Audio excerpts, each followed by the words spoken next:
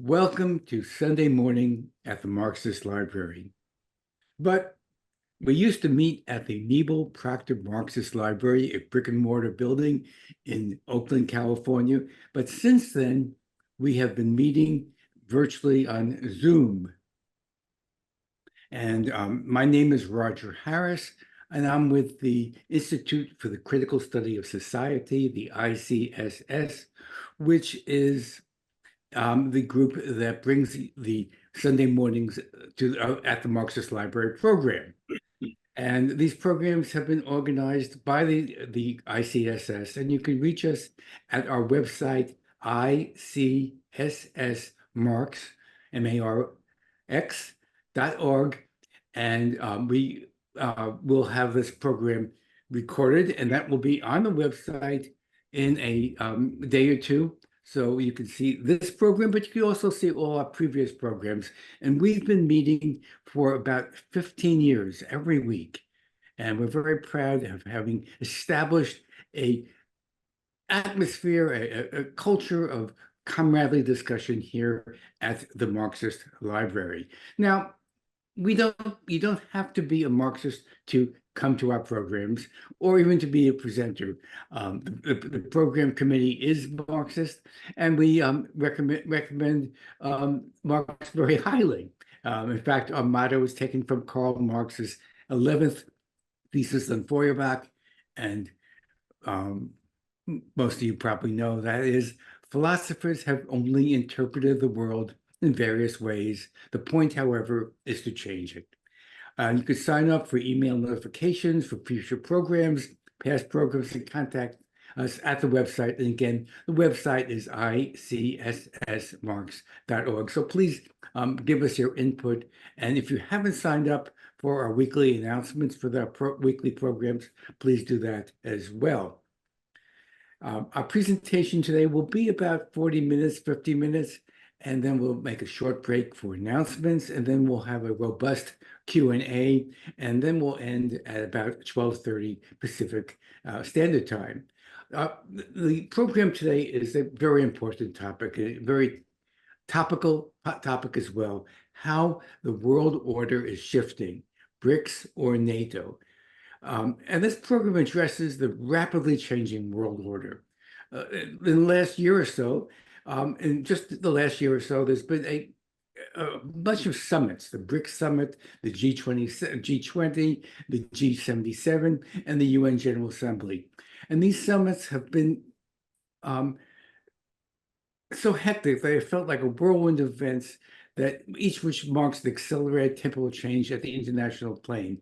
The NATO summit last July, if you might remember, the Ukrainian President Zelensky failed to even get a timetable of when his country could enter NATO. Then the BRICS summit in Johannesburg in August admitted 6 new members. Then there was a very important summit, not so much report here in the U.S., the Eastern Economic Forum, which was hosted by the president of the Russian Federation. And this showcased Putin's own pivot to Asia, and which was a friendly pivot to Asia. The Far Eastern economies have increasingly become the dynamic center of the world economy. And at the G77 plus China meeting in Havana, Cuba, China restated its commitment to the development of the majority of humankind as a principle that should govern international relations. Then came the United Nations Summit, the United Nations annual meeting with world leaders in September, and subsequent events. And our speaker is Radhika Desai, who's uniquely qualified to address what's happening in the global arena. She is the convener of the International Manifesto Group.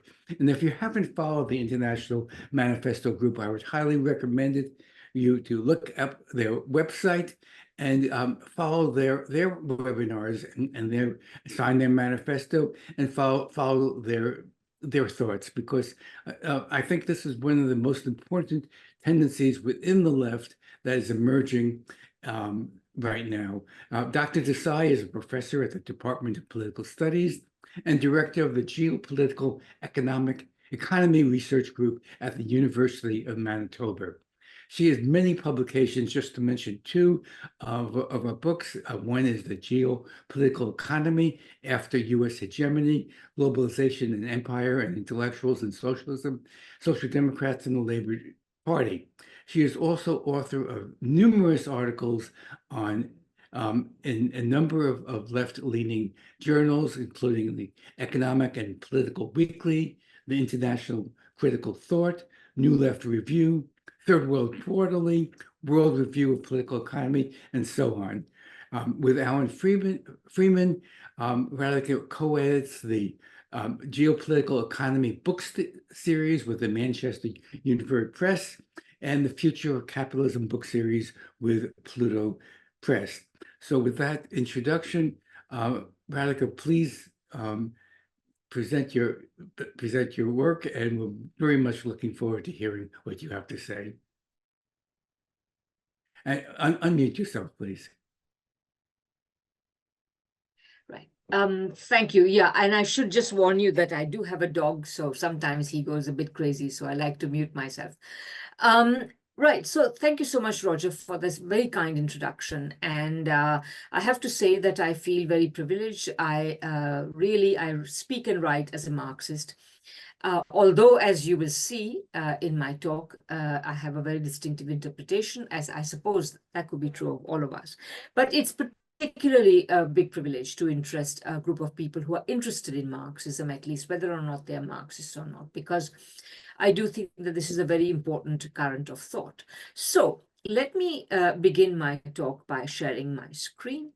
And I have slightly modified the title that Roger and I initially agreed on.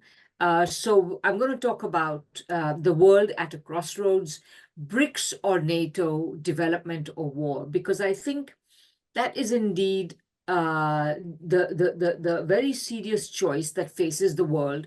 And that is indeed what we, basically every leftist who wants to change the world rather than just interpret it, needs to take into consideration. So that's what I'm going to talk about. And in outline, I want to do the following. I want to, first of all, talk about where we are today. And I'm really there just going to name what I consider to be some of the most important tendencies that we are that is reshaping the world today.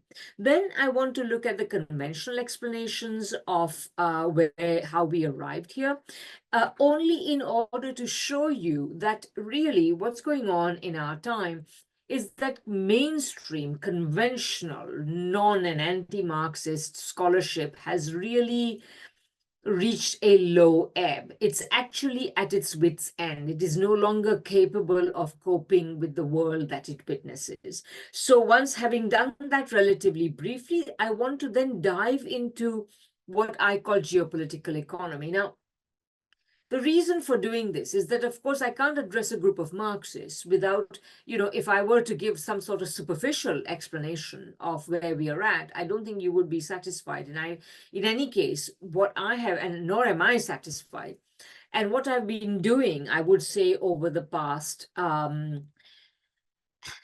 probably 2 or 3 decades, I've been evolving a different way of looking at the world order, which is, and in the course of doing this, I have become more and more critical and more critical in an ever more settled way of the dominant approaches to understanding the world, understanding international relations and understanding the world economy. And that my alternative is what I call geopolitical economy. So I will then talk about why we need geopolitical economy to give a more accurate explanation of the crossroads we are at. Then I want to show you how geopolitical economy is deeply rooted in Marxism. And there, I would like to just flag already now that I take issue with a lot of conventional Marxist interpretations of what Marx and Engels really said. So be prepared for that. So I return to Marx and the classical Marxist tradition, by which I mean the first generation of thinkers after Marx and Engels, Lenin, Bukharin, Rosa Luxemburg, etc. And I want to add that this is a thread, this is a way of thinking that has actually been abandoned by most, not all obviously, but most contemporary Marxists. Then I will talk about what the fundamental principles are, and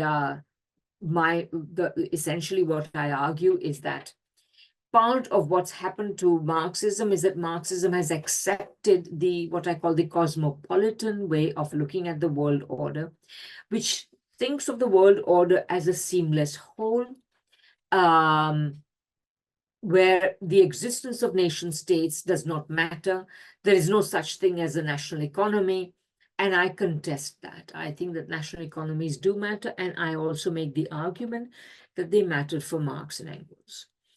So I will be arguing against economic cosmopolitanism and in favor of something I call the materiality of nations. And of course, I'm kind of fed up to hear, because when I emphasize materiality of nations, the common reaction is to say, oh, you think nations are more important than classes? No, I don't think so. I think nations are as important as classes. So that's the first argument. And then the second, or the first principle, the second principle is that while the dominance of the first major country to industrialize, namely Britain, was inevitable, the US, which consciously set out to be to essentially take over when Britain began to weaken, the kind of dominance the US wished to exercise over the world was impossible. So one of my arguments is I often start my talks about this stuff by saying that, you may have heard that the US is hegemonic. You may have heard that the US was once hegemonic, but is no longer hegemonic. But I bet you've never heard that the US was never hegemonic. And that is my argument. So I'm going to make you a little bit familiar with it, obviously not. So UK dominance was to some extent inevitable. And by the time the US sought to emulate it, it had become impossible. And finally, my third argument is that globalization and empire are discourses of the US's vain attempts at hegemony. It has never succeeded, but in trying to achieve this aim, it has indeed inflicted a lot of violence, misery, and disaster on the world. And then finally, I want to end with some contrast or end with an understanding of the crossroads at which the world now stands. So that's what I'm going to do in outline. So but before I dig into everything, let me just say that Roger mentioned my 2013 book, Geopolitical Economy After US Hegemony, Globalization and Empire. And my most recent single-authored book is called Capitalism, Coronavirus and War, a Geopolitical Economy, which represents in some ways an important update on what I said a decade ago. And I should also add that the second book, thanks to the foundation Knowledge Unlatched, is available for free for anyone who wishes to download it. So just look for it and you will find a website. I believe you can even download it free from Amazon if you just want the PDF. Okay, so let's go to the first topic, where we are today. What are the principal ructions that are rocking the world in its present state of flux? So I want to go through several points. Number one, capitalism in its original homelands, that is to say the Western countries or the Western countries and Japan, is in productive decline. And of course, as I've argued, particularly in my most recent book, this is particularly so for the most neoliberal and financialized economies. And by that, I mean, in particular, the US and the UK. And if there's time, we'll talk about the different varieties of capitalism. But I definitely think that the US and the UK, insofar as they constitute one category of these countries, they are the most neoliberal, the most financialized, and they show us most clearly what capitalism looks like today. So capitalism in its homelands is in productive decline, and China, by which I mean a socialist economy, and I'm sure there'll be lots of discussion about this, but I just want to state my current position, which is that I take China to be a meaningfully socialist economy while not being entirely uncritical of it.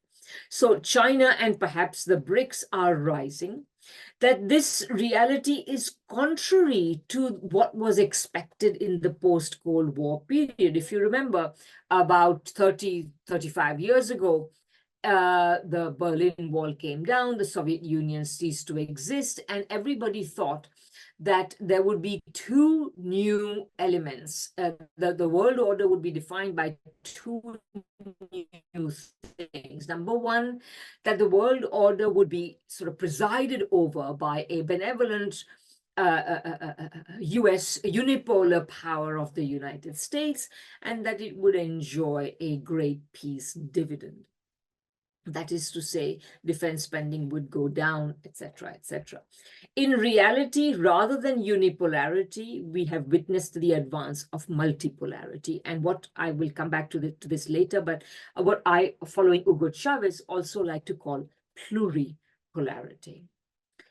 And secondly, that instead of witnessing a peace dividend, we have actually witnessed a massive increase in defense spending, particularly on the part of the United States. I don't know, many of you may have seen this new study that has come out on the Monthly Review website, which is quite interesting. And it says that contrary to the official claims of the United States, that defense spending runs at about $750 billion, that US defense spending, if you actually calculate it correctly, and they have tried to do so, it actually amounts to something closer to $1.5 trillion.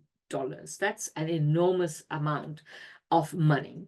So, there is neither unipolarity nor a peace dividend. Moreover, more and more countries are refusing to accept US dictates. And of course, the US then vilifies them. As you know, in the past, Ronald Reagan called the Soviet Union an evil empire.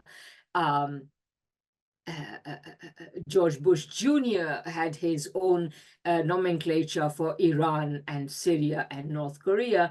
And today, of course, there is a self-conscious axis of resistance, which includes Iran at the center of it, but also a whole range of other forces and countries that will not do the bidding of the United States. There is in Latin America a resurgent pink tide. Everybody thought that the pink tide was finished when leaders like Bolsonaro took power, but in reality, it is irrepressible. We have Lula back in power again.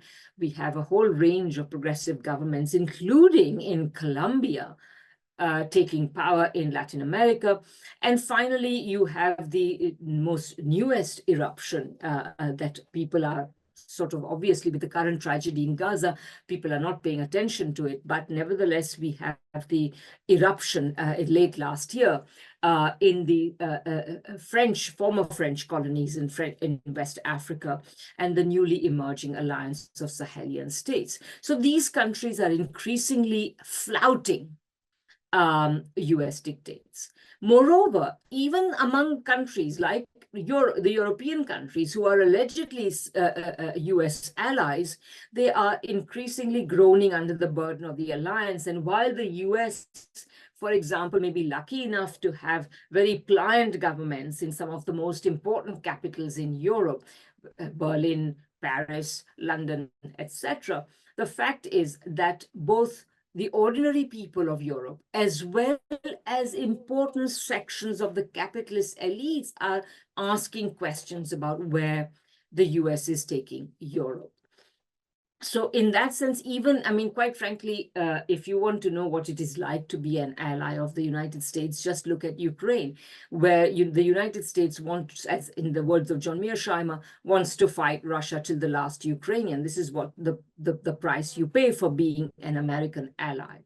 So on the whole, the center of the world economy, which had been lodged very securely in the Western Hemisphere and in sort of somewhere in the middle of the Atlantic for the last century or more is definitely shifting away from that.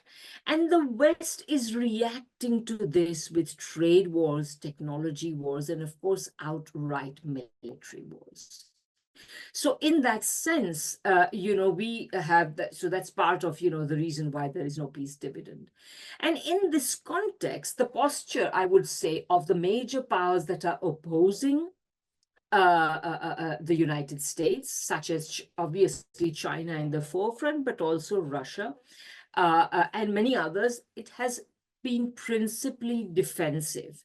But at the same time, while being defensive, it is not shy, it is not coy, it is not going to buckle under. It is quite determined to hold its own. And by the way, I should just add that some years ago, 3 or 4 years ago, 2 years ago, I wrote a piece on capitalism and nuclear weapons, in which I showed that actually the nuclear arms posture of practically every country has been defensive, except for the US and the old imperialist powers, but that's a separate matter.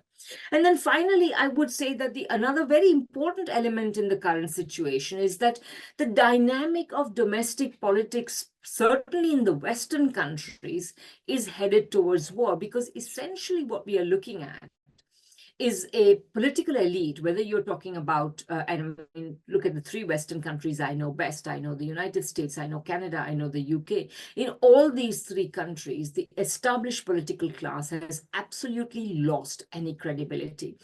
And it is increasingly unable to, or increasingly insecure about winning elections.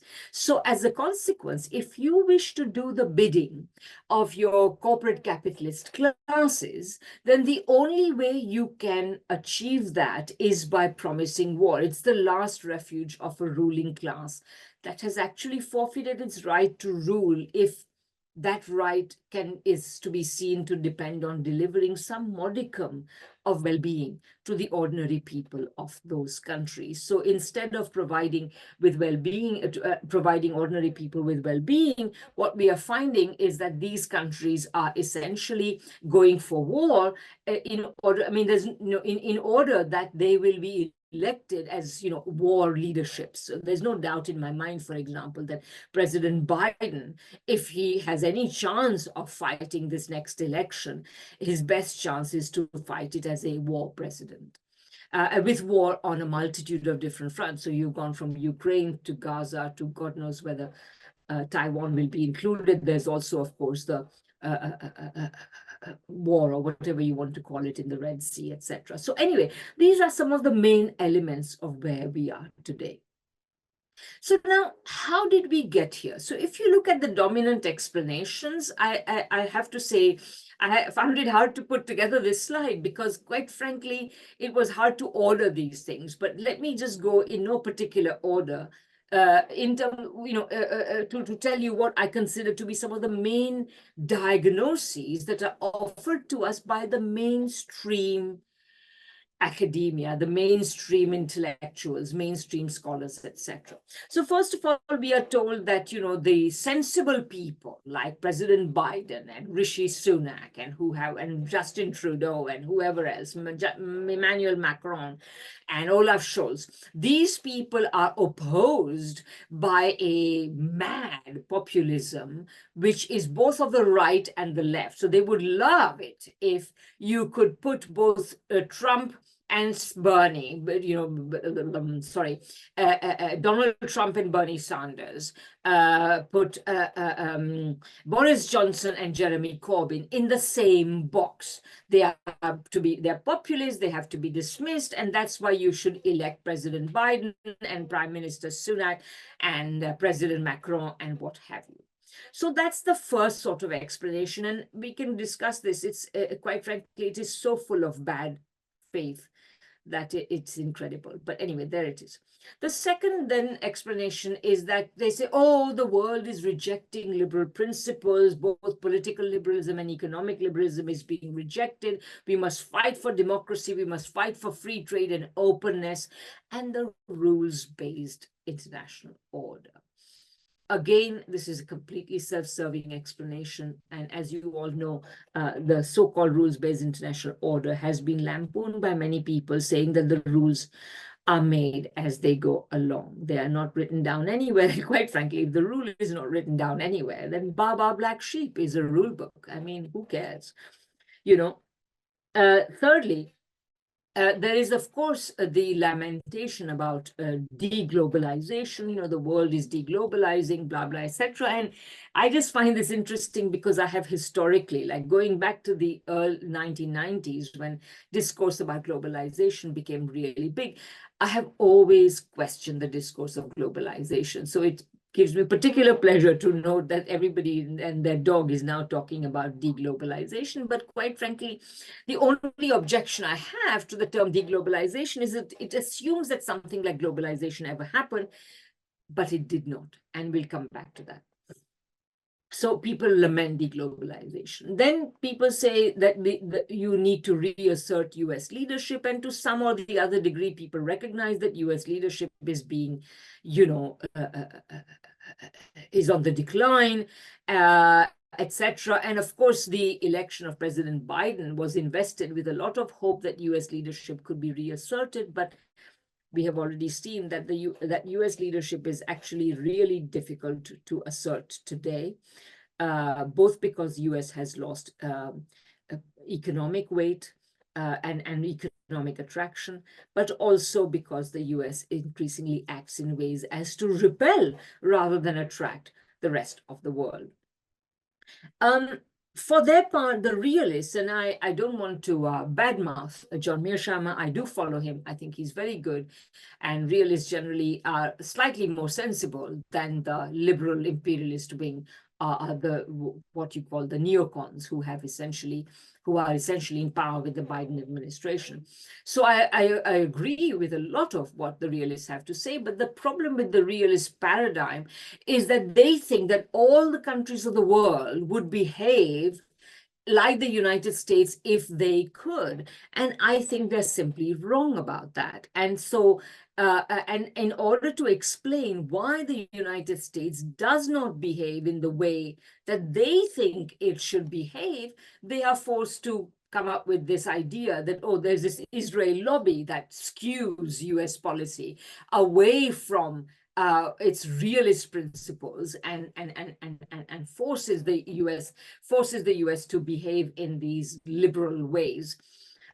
So the Israel lobby is basically the fly in the realist ointment. But quite frankly, I just don't think realism is an acceptable approach to international affairs. And we'll come back to that. And what I'm basically saying is that the Marxist approach to international affairs is far superior. Then, of course, we are told that there are dictators, that the dictators are causing a democratic recession, and the dictators are also engaged in imperialism. And this is, of course, I mean, like, talk about pots calling kettles black. They say that Russia and China are being imperialist, while, of course, the United States is only standing up for democracy, human rights, etc., etc. So there is that. And then we are told that the current situation, a big part of the causes of the current situation is the theft of technology by China in particular, currency manipulation by China in particular. And then there is a certain amount of critique of neoliberalism, so, free market economics, etc., and say, well, if the United States is to really stand up to the China challenge, then, it must embrace industrial policy. But from everything that I have seen and read, in terms of what the Biden administration means by this kind of rhetoric, all I can say is this is just another excuse to give more corporate welfare to the biggest US corporations. But anyway, so these are all the different ways in which the establishment tries to explain what's going on. But the very number and variety of these explanations betrays that there's an intellectual failure. There's a failure to integrate what's really going on in a coherent fashion.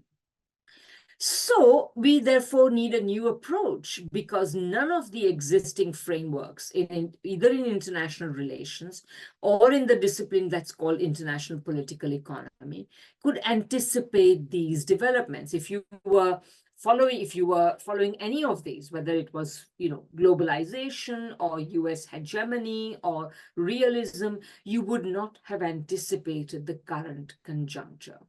Ultimately, to me, all of these current approaches are what Friedrich List back in the middle of the 19th century called cosmopolitan ideologies. So that is to say, they're ideologies that seek to conceptualize the world economy as a seamless whole in which national economies don't matter, in which borders don't matter, either it is united by markets alone under the ideologies of free trade or globalization, or it is united by a leading country, but barring the power of the leading country, there is no other country matters. So either no country matters or only one country matters. So these approaches to understanding the world think of the world order as a seamless whole. And these are all what a friend of mine called disciplines of Western supremacy. This is just a book by a friend of mine called Kees van der Paaij. He wrote this book. It's a critique of international relations, but I would extend this critique also to the major approaches in international relations. These dominant approaches, therefore, cannot explain why we are where we are at, because they fail to get to the heart of the issue. To me, what is the biggest question in modern international relations? It is not, why are there so many countries? Will they ever be, united? The biggest issue is, why are some countries rich and some countries poor? What is the distribution of wealth and power in countries? Some people, I'll come back to this in a minute, but people love to say that, we only have lots of countries in the world because, I speak Gujarati and you speak English and somebody else speaks French and blah, blah, and so on. No. So they try to make nation states into merely cultural things. To me, the most brutally material fact about nation states is that some countries are rich and some countries are poor. And this is what we have, any decent theory of international relations must try to examine. So the dominant approach is, instead of explaining this elephant in the room of international relations, instead they mask the true explanations, because they are cosmopolitan, because they rest on an assumption that free markets and free trade are the best things since sliced bread for everybody under the sun, which is obviously not the case. Free markets and free trade, just to anticipate a little bit, are essentially discourses of imperialism, because the purpose of imperialism is, imperialist countries, of course, already have very strong states, but the purpose of imperialism is to weaken states in the rest of the world so that the other territories of the world can be opened up without the defense of strong states to exploitation by imperialist capital and imperialist corporations. They can get there the markets they want, they can get there the investment outlets they want, but at the same time, they can also get there the cheap labor and the cheap raw materials they want, and also increasingly the cheap manufactured goods they want. So they are cosmopolitan. And they rest on the assumption of free markets and free trade. They hide the reality that these assumptions, like I was just explaining, underpin imperialism. And the only way in which productive power has actually spread around the world is by rejecting free markets and free trade, which means rejecting imperialism and adopting state intervention and the management of international flows. And this is what the developmental state theorists have shown in our time. But I would say this is something that Marx and Engels knew very well. So, and I'll come to that in a bit, but basically what I'm trying to say here is that the bias in dominant discourses towards free market, free trade rhetoric is actually a mark of the fact that they're imperialist discourses, because the purpose is to tell third world countries, you should follow free market, free trade doctrines in your economic policy so that your countries, your people, your territories, your raw materials are available to our corporations. That is the real meaning of this. Moreover, the dominant discourses are completely ahistorical. They think the countries, markets have always behaved this way, states have always behaved this way, etc., etc. And this is simply not true. And they do not theorize the international relations or international political economy of a specifically capitalist world. Lenin long ago said that, you can't talk about imperialism as if, today's imperialism, like British imperialism or American imperialism, is the same as the Roman Empire or what have you. You cannot do that. You have to place today's imperialism, that is to say modern imperialism, in the context of an understanding of capitalism. And this is what should be the first duty of any decent theory of international relations, and certainly any decent Marxist theory of international relations, which according to me is the only decent theory, but okay. So further, though these approaches talk about the domestic sources of foreign policy, so the closest they get to trying to understand what the domestic order of a country has to do with its international relations is to say, what are the domestic sources of foreign policy? And quite frankly, bulk of what you read under this rubric is essentially, they argue that, well, obviously free trade is the best policy. And so the only politics they look at is they look at the politics of those agencies and those forces that require deviations from free trade. So for example, unions want protection and certain weak manufacturing sectors want protection, and they are all the people who are getting it all wrong, etc. So that's what you read under this rubric. But this is about the as close as they come to understanding how a given social order gives rise to a certain type of foreign policy. They do not look at capitalism's contradictions and the class struggles emerging from them as important drivers of international relations and foreign policy. Nor do they mention capitalism's central international dimension, that is imperialism. Oh, sorry, just one second. I have a technical problem here. Does not exist. Oh, come on. Okay, I'm sure it exists. So I'm going to go out of here and I'll show it to you in a different, where do you,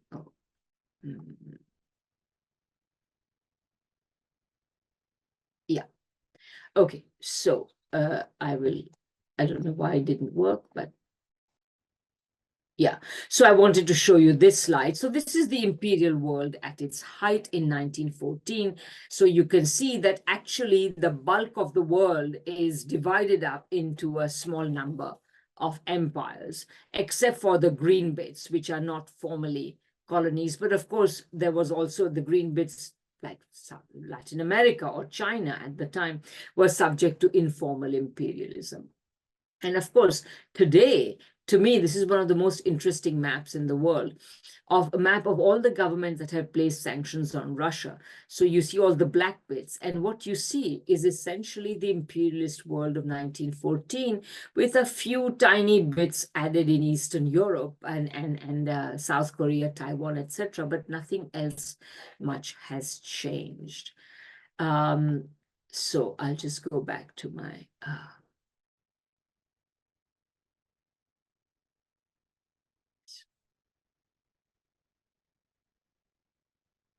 okay, and so they do not mention imperialism at all. So to me, you cannot have a theory of international relations if you fail to mention imperialism of the specifically capitalist variety.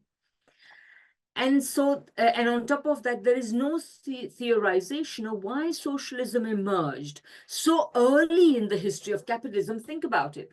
1917 is the first socialist revolution against capitalism. And if you think about it, about just 150 years into the existence of capitalism, you already have the first major anti-capitalist revolution in the world, which covers a vast swath of territory and a very large population. And within, of course, a few decades of that, you have another even bigger socialist revolution. And I just, I don't really see, I think I don't know what has gone wrong.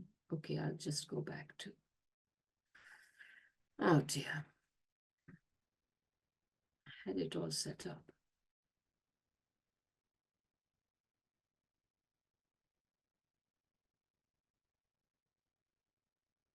So just give me a second.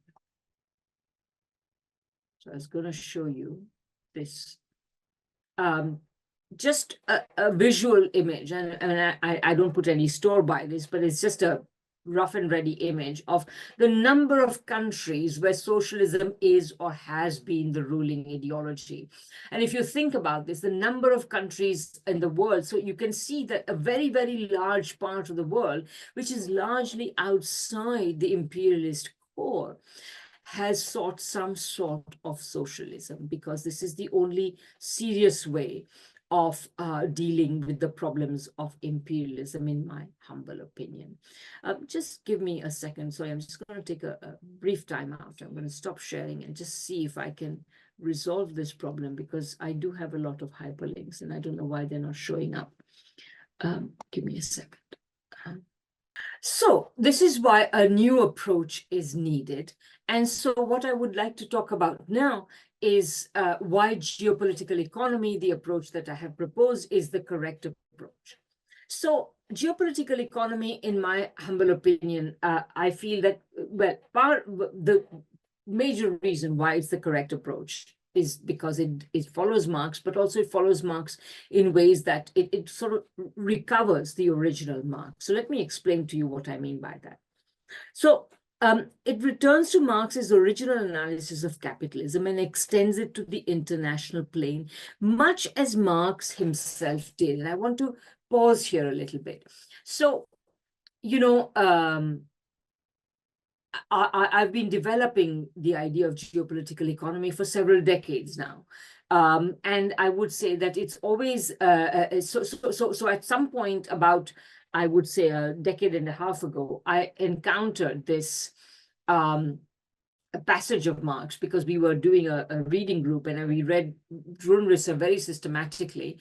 And I had previously overlooked this, but I suddenly realized that this is a very key passage. So at the very end of Marx's Grundrisse, there is a final chapter, which is called Notes on Bastiat and Carey. So the Friedrich Bastiat and Henry Carey. Bastiat is a French free marketeer, and Henry Carey is an American protectionist thinker.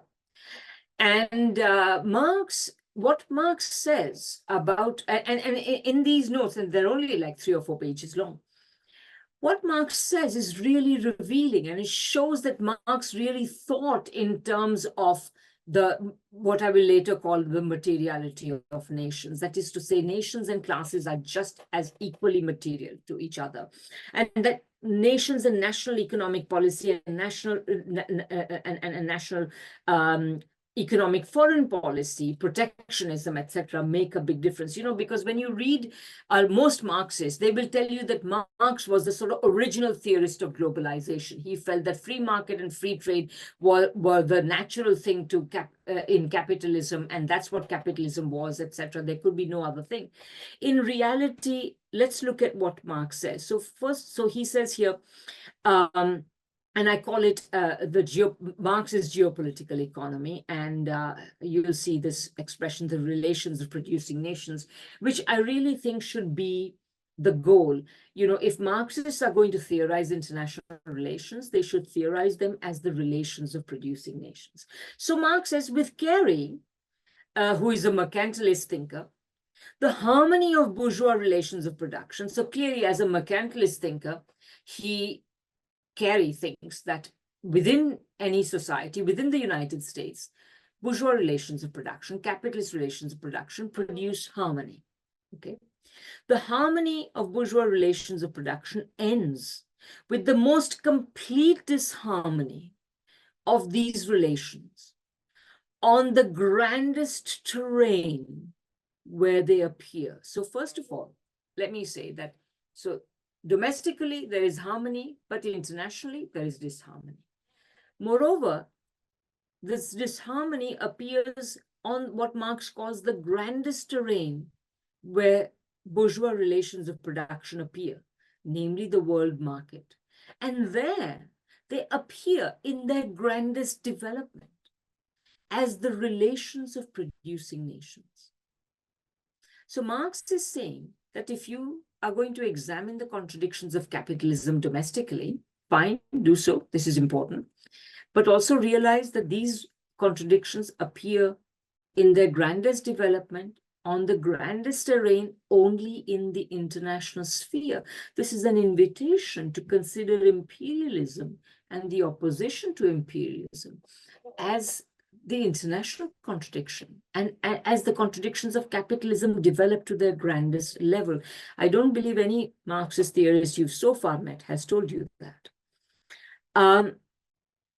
Okay, all relations which appear harmonious to Carey within specific national boundaries appear as disharmonious to him, where they appear in their most developed form, in their world market form, as the international relations which produce English domination of the world market. So here you have an American mercantilist railing against English domination of the world market. So Marx says, you know, the problem with, in fact, Marx praises Carey a great deal. He says Carey is far more interesting and important than the French free trading thinker, Frederic Bastiat.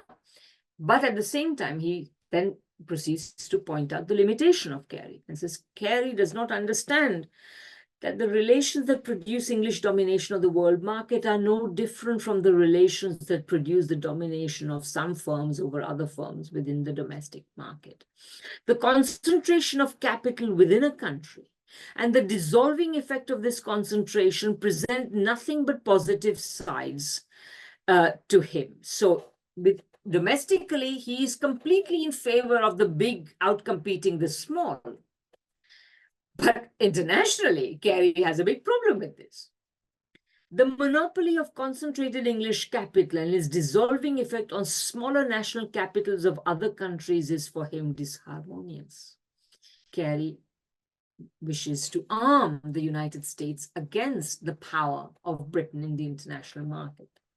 Then Marx proceeds to say what Carey has not grasped is that these world market disharmonies are merely the ultimate adequate expressions of the disharmonies that have become fixed as abstract relations within the economic categories that have a local existence on a smaller scale, which what Marx says is that what's happening on the international scale is merely an expression of what happens domestically. This contradiction forms the originality of his writings and gives them their significance. So as I said, Marx is not dismissing Carey, but he is using Carey to make a point which is very important and which very few Marxists have ever noted. So geopolitical economy returns to this understanding, which is already there in Marx. Now, the path that Marx takes from his analysis that is in Capital, and remember Capital is an incomplete work, but in volume 1 and volume 2 and 3, up to the rest, the path that Marx takes begins with an understanding of capitalism as contradictory value production. Oh dear, I've got something here. Sorry.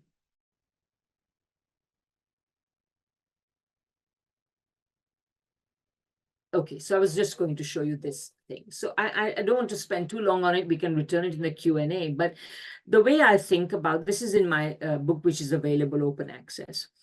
I think of capitalism as having two principal types of contradictions. One is the vertical. The vertical contradiction is between capitalists up here and workers down here, where capitalists essentially suck out surplus value and it goes to capitalists, as this is, everybody knows that. I don't have to belabor this point with the audience of Marxists.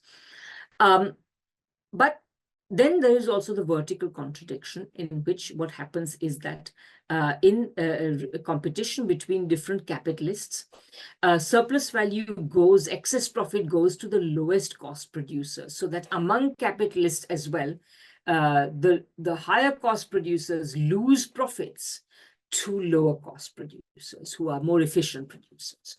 So surplus value goes from workers to capitalists, and from less efficient capitalists to more efficient capitalists. I will leave it for that at that for now.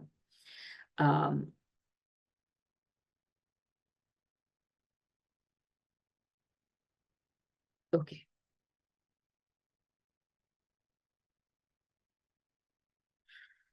Can you see what I'm showing you?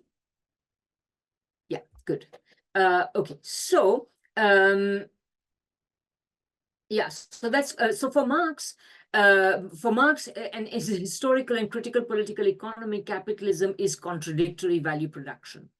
However, no sooner had Marx started writing, his first edition of Capital came out in 1867, and a few years later, you had the emergence of neoclassical economics. And neoclassical economics emerged to divorce economics from politics, which were never divorced in Marx. Marx never studied economics. Marx studied political economy.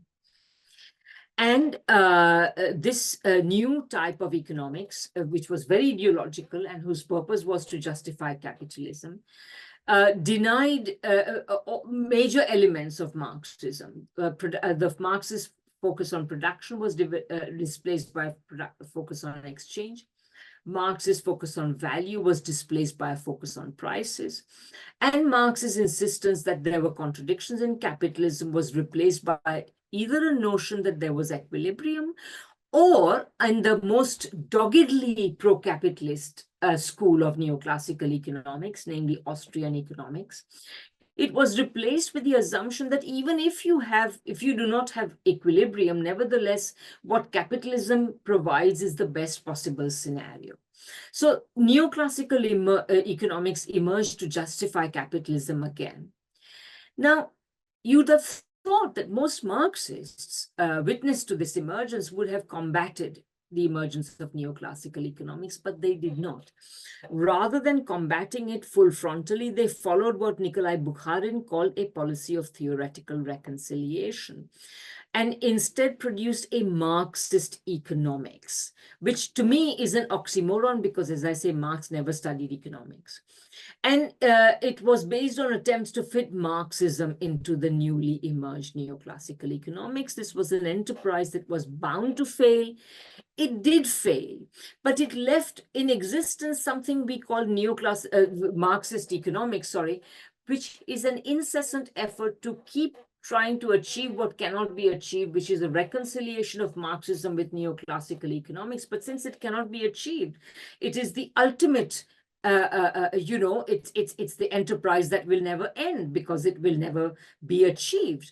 So that's one thing, is that Marxist economics keeps going on trying to reconcile this. It has been doing this for the last many decades. And the result has been, instead of indicting neoclassical economics, they have indicted Marxist critical political economy, in particular with three charges, which I have shown in my writing appear very early, already in the late 19th century.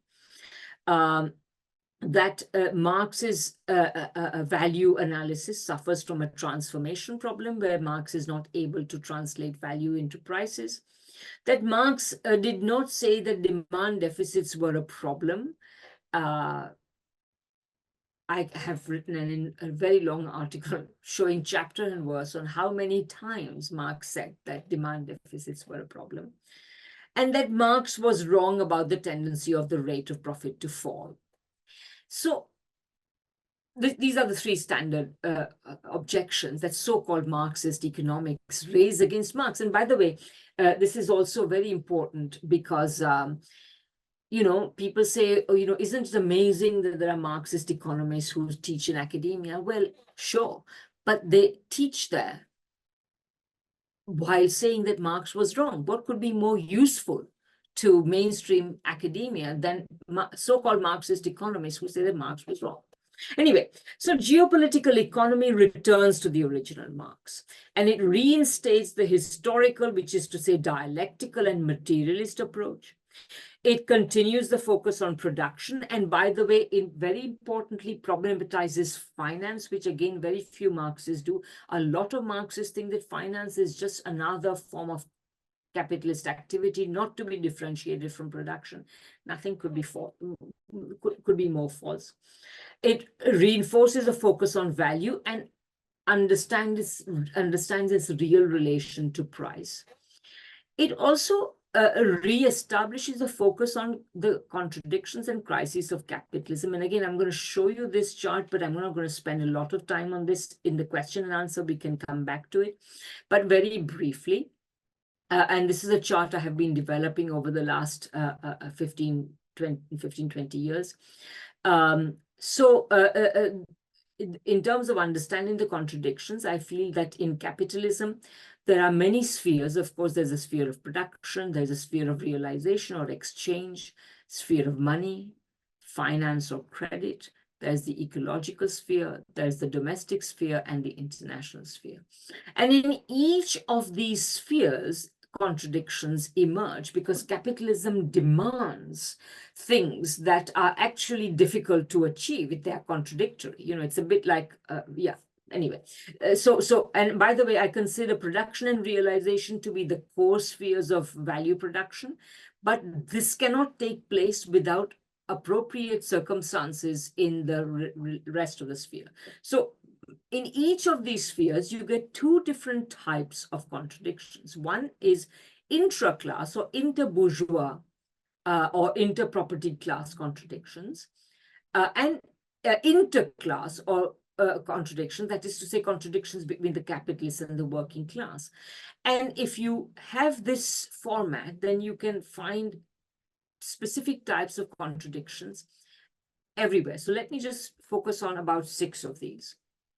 First, competition within the capitalist class gives rise to the tendency of the rate of profit to fall. And in terms of exchange, gives rise to disproportion. That is to say, you can easily have a situation in which, you know, there's too much production of some things and too little production of other things. So, for example, too many tractors, too few shirts, or whatever. It doesn't matter. And then interclass, you will have, if working classes are particularly powerful, they may impose a profit squeeze on capitalists, or in terms of realization, because capitalists keep a very substantial portion of the value that is being produced, there is always the possibility of overproduction or underconsumption. And the other, as I say, I can't go through all of these, but I also want to draw your attention to the final one, the international one, so that you can have intercapitalist competition, which at the international sphere means contradictions among capitalist countries, which gives rise to uneven and combined capitalist development among capitalist countries, giving rise to contradictions and manifestations of contradictions like the First World War, for example, and the entire imperialist crisis of 1914 to 1945. And in the interclass level, it gives rise to capitalist imperialism being opposed by socialist development, whether in the Soviet Union or in China or elsewhere. So, as I say, we can return to this later on, but for Marx's historical and critical political economy, we focus on contradictions and crises. And finally, geopolitical economy focuses as much on nations as on crisis. And I just wanted to put this before you.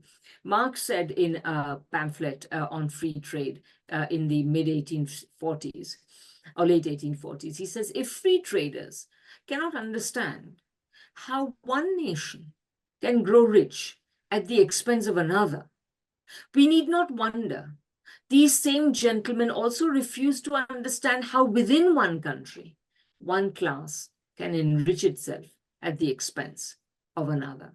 For Marx, class and nation were two equally material products of capitalist development. This is what I wanted to show.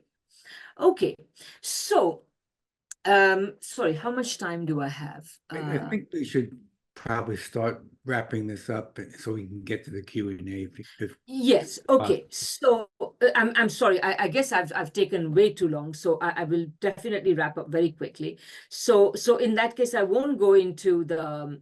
I certainly won't go into the first one. But basically, if you look at geopolitical economy, what geopolitical economy argues is that nation states are material for the simple reason that capitalist societies cannot exist without state action. Why can't they exist without state action? Because capitalism is contradictory, and the contradictions give rise to crises which require nation-state intervention, whether they intervene in order to rescue capitalists or to give concessions to workers or what have you.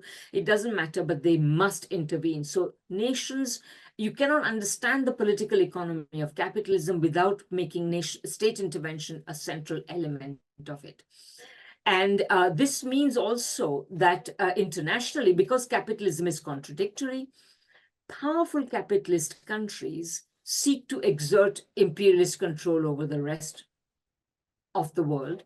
And then what happens, of course, is that the rest of the world, the countries that can manage to resist imperialism, will try to do so. So you get both capitalist and socialist forms of resistance to capitalism, which Trotsky named by the expression uneven and combined development, but which we can also know as essentially the relation between imperialism and anti-imperialism. So nations are material. You cannot understand international relations without that. Thanks to uneven and combined development, the power of the UK was inevitably challenged in the first instance by other capitalist countries, Germany, the United States, Japan, which already by the 1870s were beginning to eat into the power of the UK. So while for a brief period, UK dominance was inevitable, by the time the US sought to replicate UK dominance for itself, it had become impossible. So my argument is that US hegemony is impossible and has been. And this was so, even though the US reduced its what's the word for it? It reduced its requirements by saying we will not have an empire the size of Britain's empire, but we will settle for making the dollar the world's money. Even this was not successful, in my humble opinion. And globalization and empire in the 1990s and the 2000s were simply discourses of vain attempts on the part of the US to rescue the US hegemony project.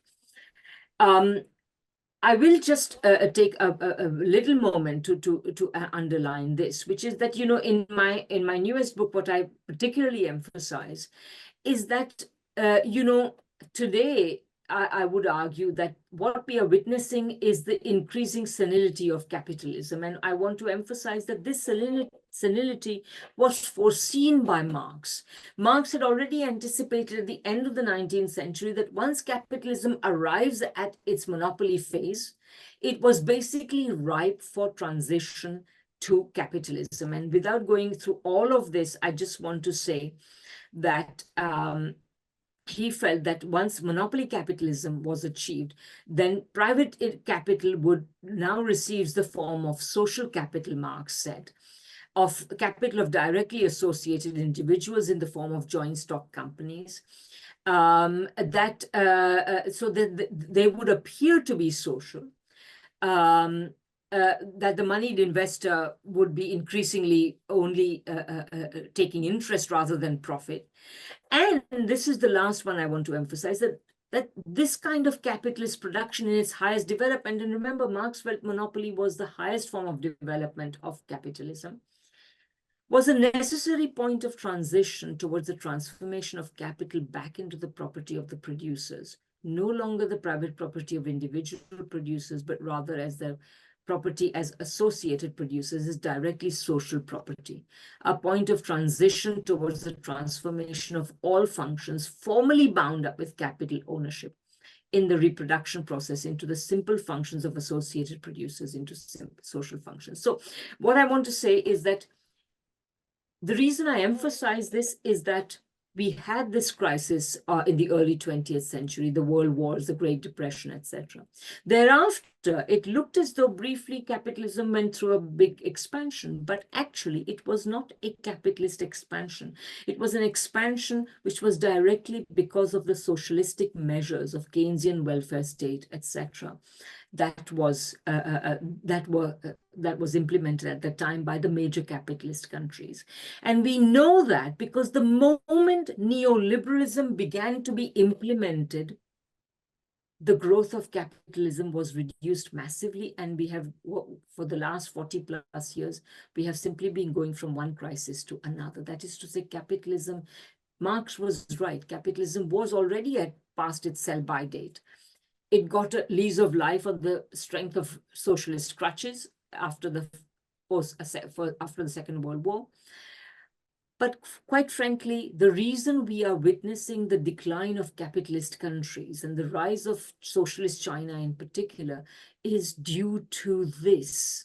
And the capitalist countries and the imperialist countries are reacting by doubling down and trying to save a system that cannot be saved. It has nothing to offer humanity. I think So at this point, we could. okay, I will just leave this on and I will end. But people can, these are just contrasts. This is my last slide.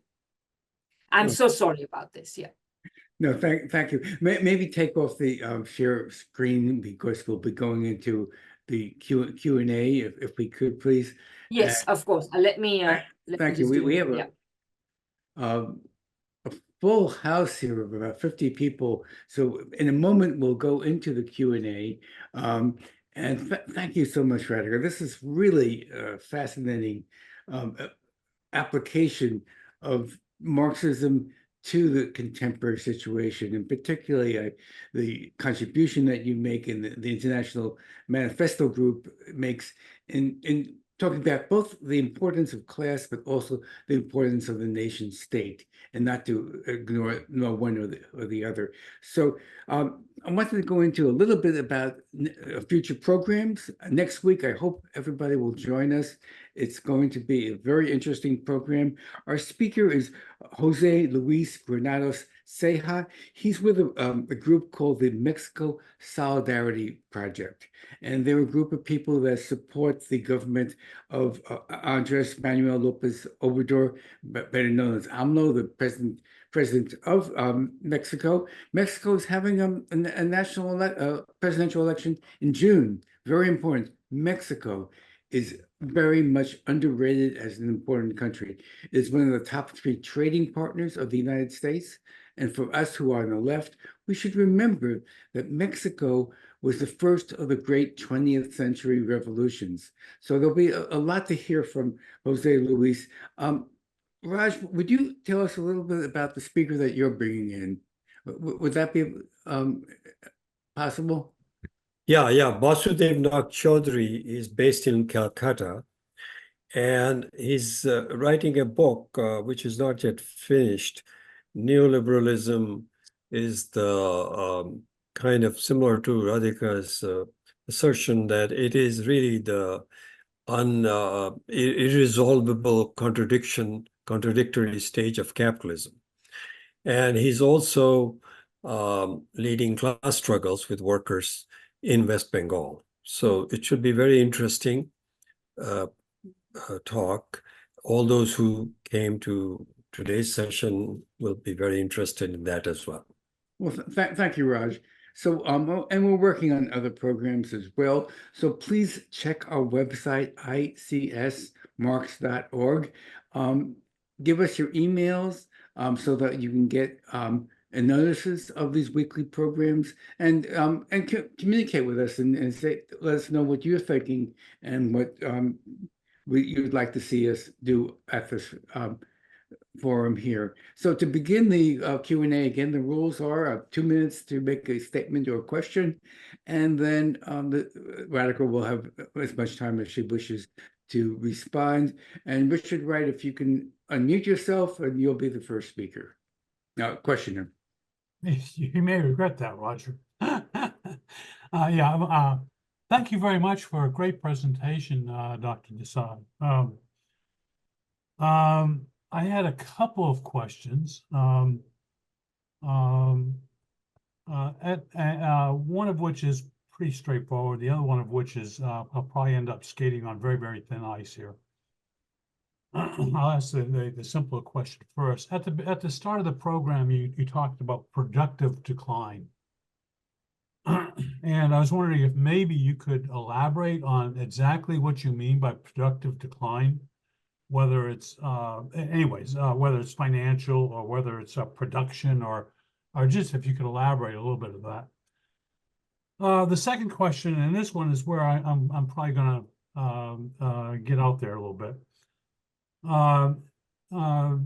Going back to your original assumptions, you asserted, and I agree with you here, that at the time Marx was talking from a combined viewpoint of politics and economics, political economics, which has since, as you pointed out, has since been not say disintegrated,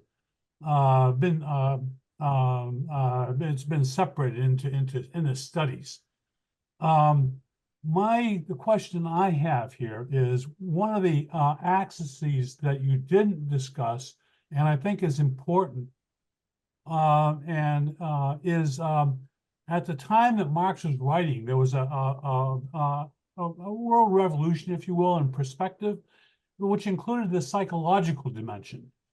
I think part of that was addressed by Wilhelm Reich's mass psychology of fascism first. And secondly, I think it has extensions into the cultural affairs, cultural arena.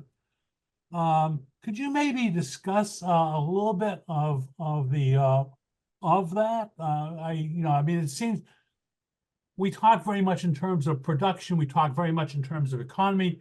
We don't really talk in terms of the national Weltanschauung, if you will, of the bourgeoisie and its propagation to the working classes. Thank you very much.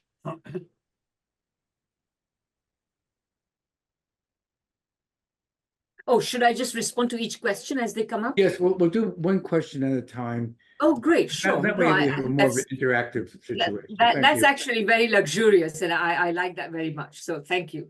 Okay, so first of all, what do I mean by productive decline? So basically, this is a enormous question. So I hope I will do some at least some minimal justice to it here. So, but basically, what has happened in the US is that certainly since the 1970s and certainly since the 1980s, the application of neoliberal policies, which was justified by saying that this will restore the dynamism of capitalism and so on, restore the productive dynamism of capitalism. If we give capitalism more freedom, if we unshackle it from the obligations to working class, the states and working classes and societies and so on, that somehow we will get back the productive dynamism.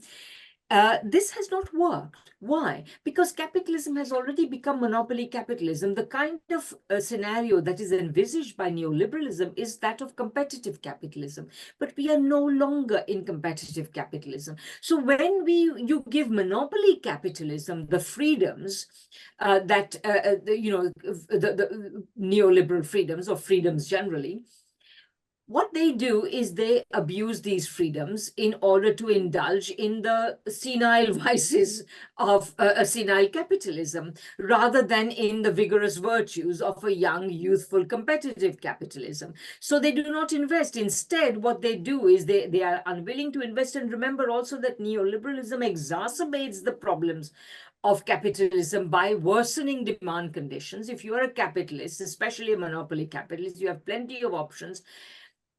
If demand conditions are not good, in any case, you have so many options. Why would you invest productively? So instead of investing productively, you invest in financial markets. So that, and what's more, in the United States in particular, capital has had the freedom to outsource to the rest of the world. You know, most people think that what ails the US economy is foreign direct investment by American corporations to the rest of the world. No, there is hardly any foreign direct investment. In fact, US corporations are barely investing in production, either in the United States or elsewhere. What they are doing is they are asking capitalists elsewhere or firms elsewhere to produce the things they wish to import, and then importing them on the basis of a market relationship, not an ownership relationship. Does that make sense? So essentially, by productive weakening, I mean American capitalists do not produce at home, they do not produce abroad, and they expect other capitalists elsewhere to produce and then send the stuff to the United States. And then secondly, or thirdly, or fourthly, wherever I am at, they invest more in financial markets than they invest in production. So in that sense, they are productively weakened. Yeah.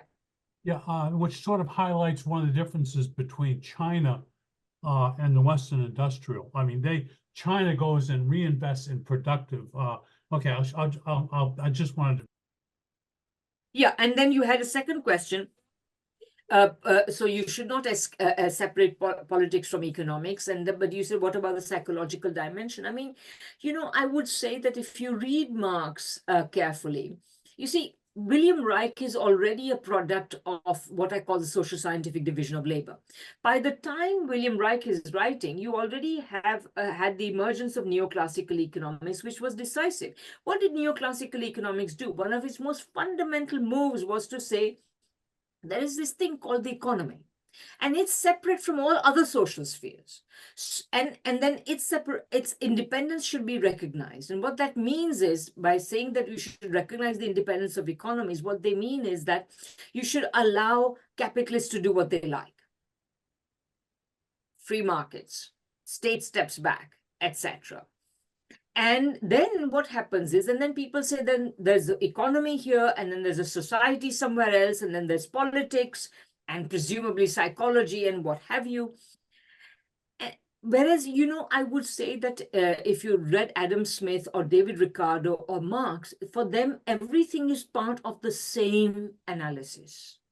When Adam Smith says, you know, one of my favorite quotes of Smith, and I'm going to paraphrase him very badly, but he says that the tendency to admire rich people and to despise poor people is one of the greatest sources of the moral corruption of modern times, you know. And so for Adam Smith, what people thought was part of the same analysis as who owns what, how are things produced, how are things exchanged, etc., etc. Thank you. So the next speakers are Javi Kukul, Michael Cash, and then Steve Martineau. So Javi, it's all yours, and mute yourself and please speak. Well, hi, I'm calling from Dallas, and this is a magnificent introduction to your work. I appreciate you stepping in and clarifying some things. I simply want to get your take on what I consider to be a troubling development. However senile, you know, capitalism may be, I still think they have enough capacity to press the button, so to speak. I mean, the potential for nuclear warfare seems to be getting increasingly dire and increasingly, you know, likely. And I realize this is not anything that you've specifically focused on, but I followed, you know, Scott Ritter and some of the others, and you know, it's troubling the military analysts a lot. And I'm wondering what, if anything, you might reflect on this, you know, potential disaster and worldwide catastrophe called nuclear, conflagration, and where that might fit into the kinds of contradictions that I think you're articulating brilliantly. Thank you. Just with your permission, I just absolutely love to show you just a picture of this article that I've done. And if you send me an email, I'll send it to you. This is a piece I did in 2022, Long Shadow of Hiroshima. By the way, this article was rejected by many mainstream journals, and it was published here, which is fine because, they don't want to hear these sorts of things. And these things this is academic politics, right? They get rejected on the flimsiest of grounds. But anyway, I never fight with those who reject me because I know there are lots of places that will publish it. But basically, if you like, I'll send you this. Essentially, what I'm arguing here is that, there are many things. I can't rehearse the whole article, but the discourse on nuclear weapons completely forgets that there is only one country in the world that has ever used nuclear weapons and done so without any reason whatsoever, and that is the United States. And I also document that the nuclear postures of the socialist countries in particular, I'm not going to, I'm not going to defend India or Israel or any of these other countries, but certainly the Soviet Union and China today have had extremely responsible nuclear postures, and China continues to have it today. And I would say that within limits, as I say, I won't stick my neck out too far for the Putin government, but nevertheless, I would say within limits, I think even the Putin government is being more responsible than the United States, which has never forsaken first use of nuclear weapons.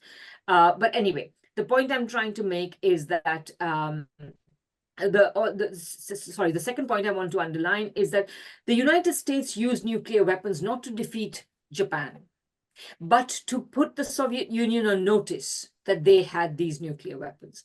So I would say that, quite frankly, to me, the US and basically what, you folks, most of you, I think, are from the US. You people, progressive in the US, carry an especially large responsibility because the fact of the matter is you need to install a government with a different plan, not a plan to pursue the interests of corporate America, but a plan to pursue the interests of ordinary American working people. And until that happens, I think this will remain a big, what can I say? It will remain a danger. What can I say? And this is going to be, look, there can always be mad people, but the fact is the United States created this danger. It has perpetuated this danger, and it is going to carry on posing this danger until the internal politics of the US changes. This is my deep conviction. Thank you. And as I say, tomorrow, India has nuclear weapons, and the current government in India, I'm the opposite of a fan. I think it's a fascist government, okay? So I have no idea what they will do. But the fact is that this is a situation you are at, and yeah, so I won't go on. One can say too many things, yeah. Very good. Thank you. Next, Michael Karsh, followed by Steve Martineau. Michael, please unmute. And if you have video, that would be good too.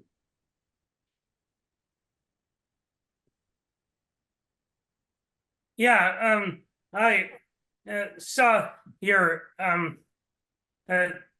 slide on what countries have tried socialism, and I guess the countries in red have tried socialism, and I wonder why Venezuela wasn't in red on that map. As I say, I didn't want to put any store-bought. I just got it from the web. I just wanted to give people an idea of the sheer number and extent of the countries that have tried socialism. I don't want to, I agree with you that Venezuela should be in it. Yeah. Sorry. Okay, good. Steve, it's all yours.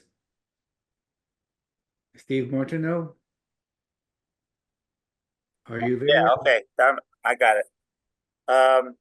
So I want to thank you very much for your talk, and I've recently become a fan of your writing, and I appreciate your setting up both class and nation as material factors in the present situation.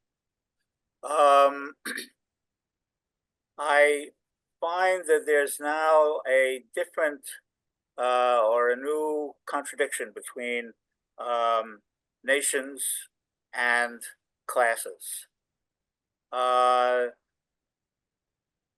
Structured through the corporate structure, which, if one analyzes it carefully, comes out with a different economy and a different set of interests than traditional capitalism did. It also internationalizes production, internationalizes marketing, and other things. But corporations are founded by state governments or national governments, mostly in the West, in the US. And so we face the necessity of dealing with the corporate structure, which would mean getting corporations declassified or somehow politically overthrown in a number of different places. And I'm wondering what you would say about that fact, that general contradiction, and how to get through the interruption of movement and revolutionary upsurge that we hope to be seeing more of in the world as we go on with respect to the corporate structure. Okay, so I think, Steve, and please correct me if I'm wrong, but I think what I'm hearing you saying is that the capitalist class is transnational. Is that what you're trying to say? That it does not have a? Is that what you're saying? Well, I'm assuming that because like that. Okay, that so happens, in my humble opinion, okay, no, that's what I needed to know. So because you see, there's a lot of talk out there about transnational capitalist classes, etc. But unfortunately, this is not so.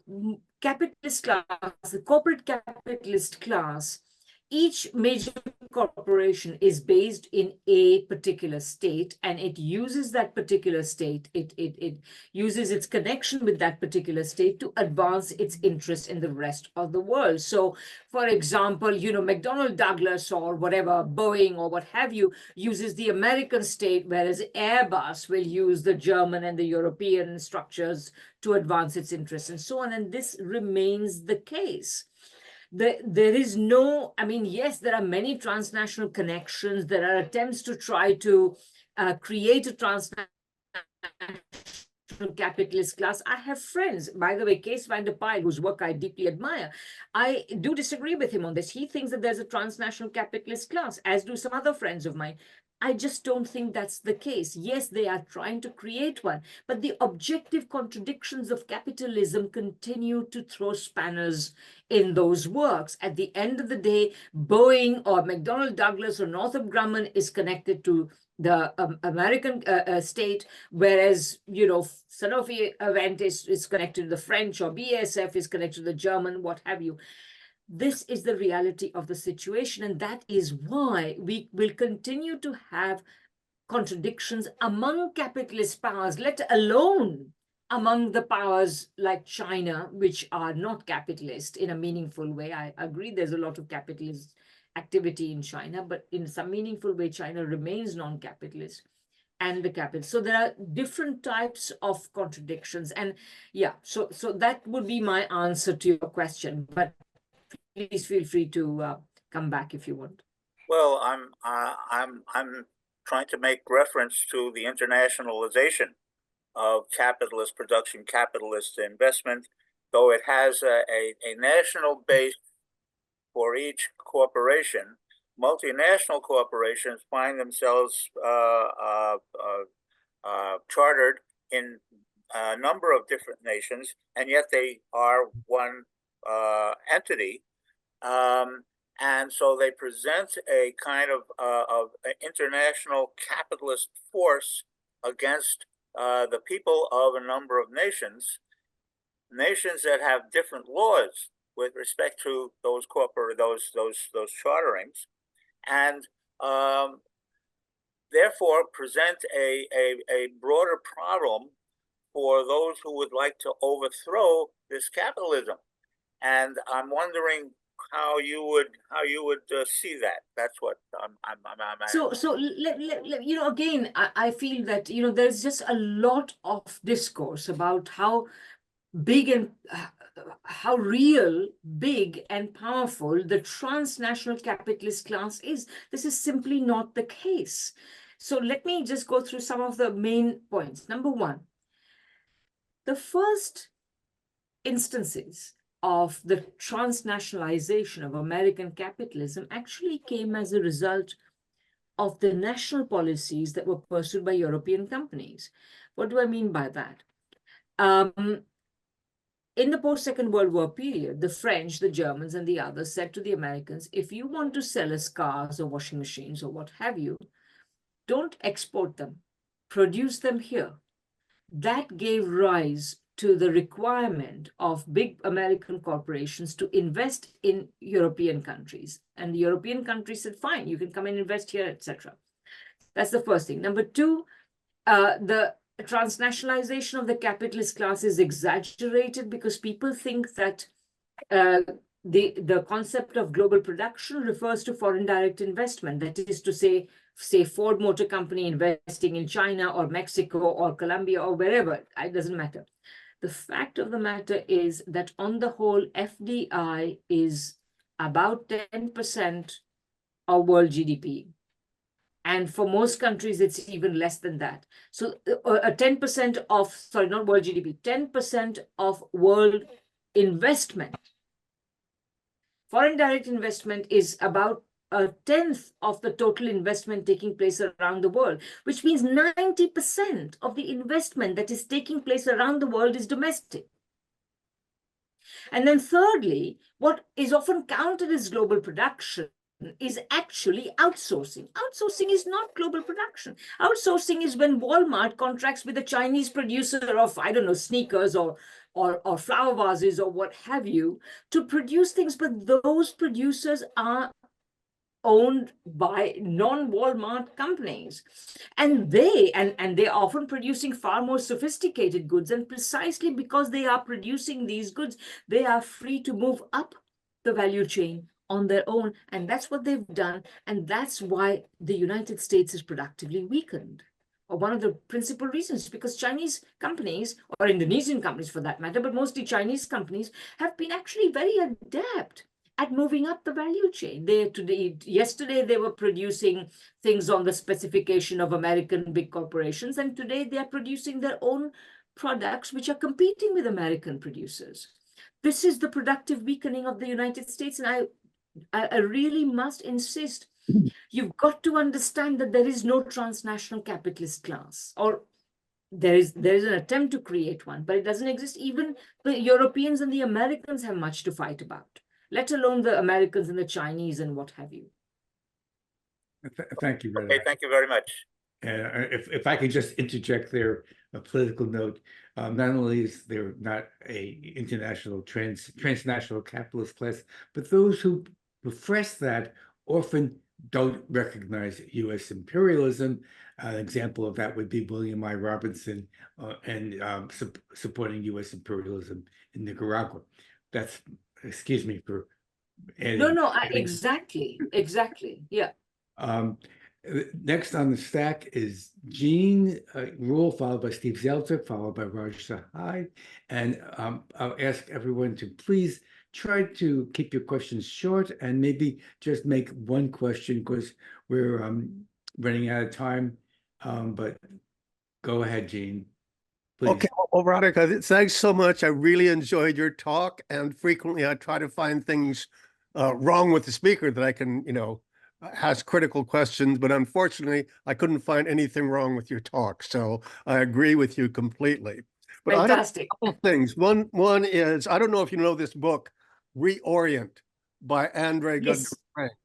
And he talks about, the world economy, like the rise of the West is kind of a blip in world history.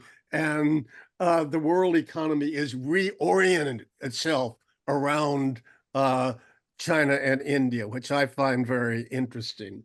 And along those lines, I don't know if you come across one of the letters of Marx, where he writes about European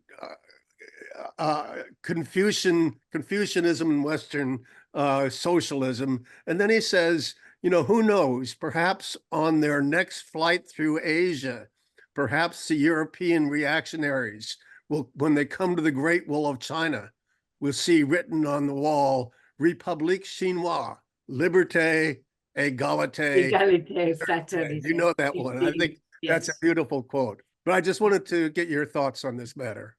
And again, thank you so much for this talk.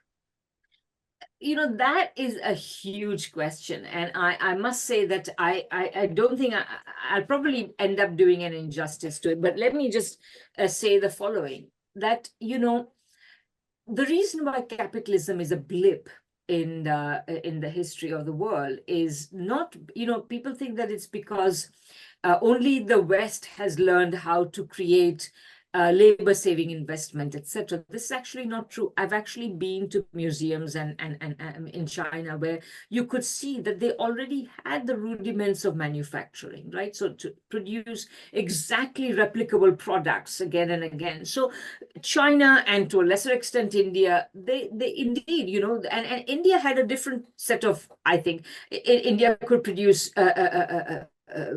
more anyway, let's not go there.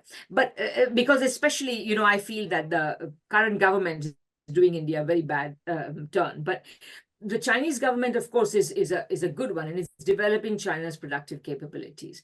And I would simply say that the reason for the rise of the West was not some kind of genius at labor-saving devices.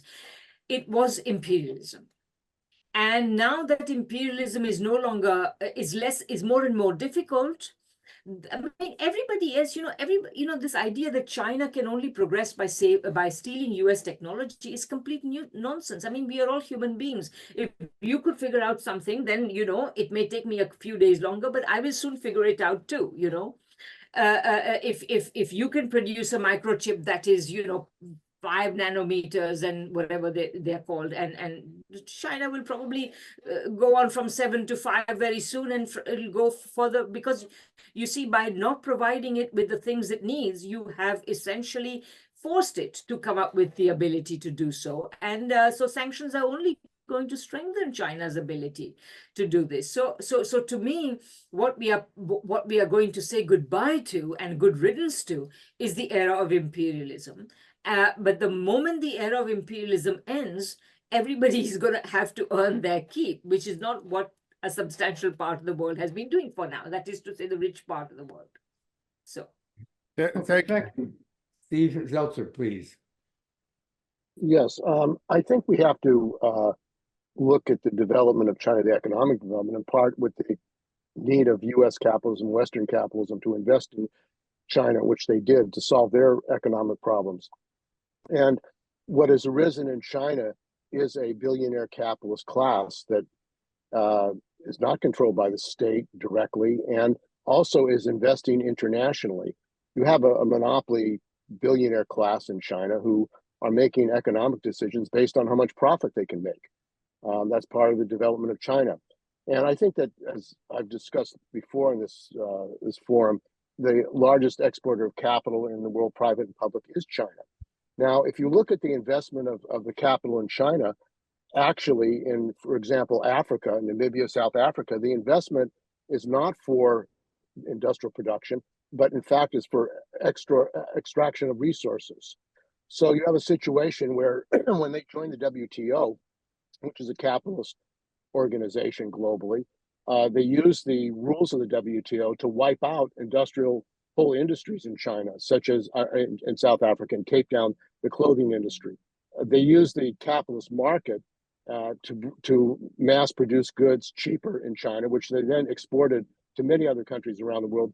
And they helped destroy native industrial production.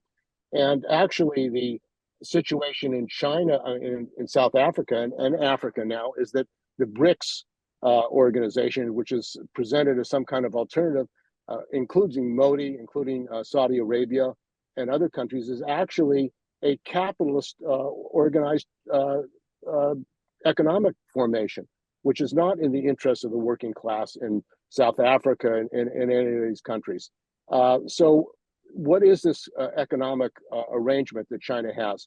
It has nothing to do with socialism. It has nothing to do with the working class, the interests of the working class.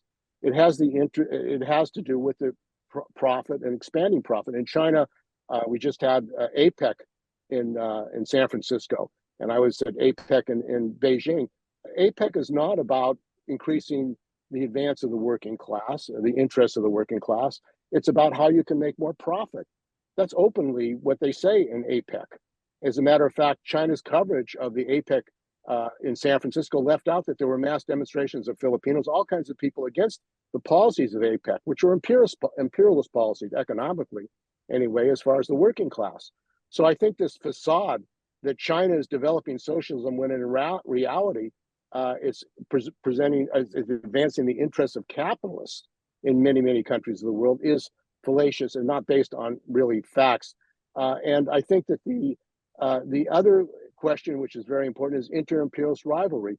The idea that peaceful coexistence that China pushes, that with U.S. imperialism, that's going to solve the economic contradictions, is again illusionary. U.S. imperialism is on decline. It's becoming more adventurous. And the idea that American capitalism is going to solve its problems peacefully with China, I think is an illusion.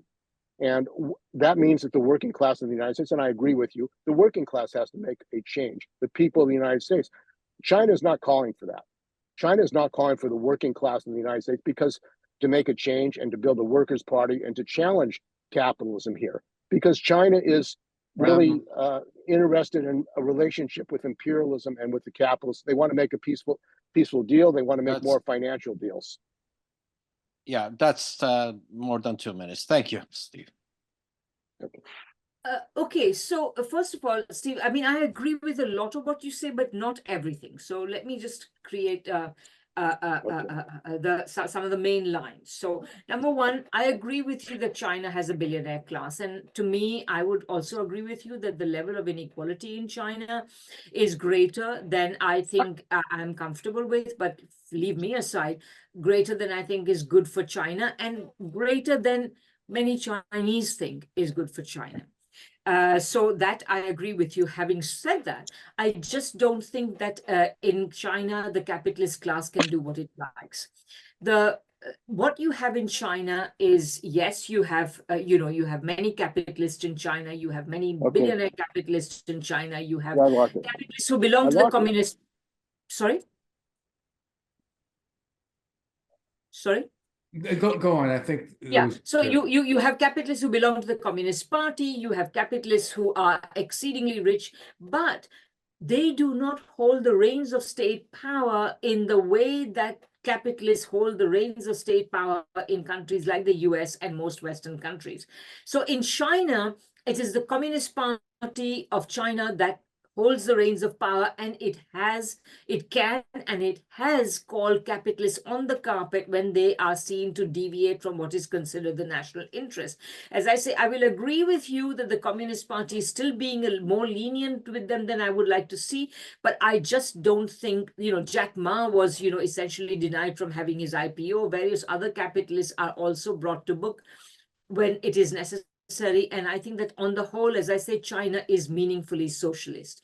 So that's the first thing. Secondly, I would say that China's investment abroad is not aimed merely at extracting resources. Yes, of course, China is interested in resources, as indeed any country would be if it does not have said resources. Doesn't mean generally, like whatever country, if you don't have X resource, you will be interested in acquiring that X resource. But China also invests in manufacturing, infrastructure, production, finance. You have to, one website I would very highly recommend is actually at Johns Hopkins University. It's the China, it's what is it called? CARI, I think, China Africa Research Initiative, led by Professor Deborah Brautigam, and she and her colleagues actually do some pretty good research, and they have busted pretty well all the myths out there about China's international economic relations. I agree with you, by the way, that China represents a threat to manufacturing in every other developing country, including India.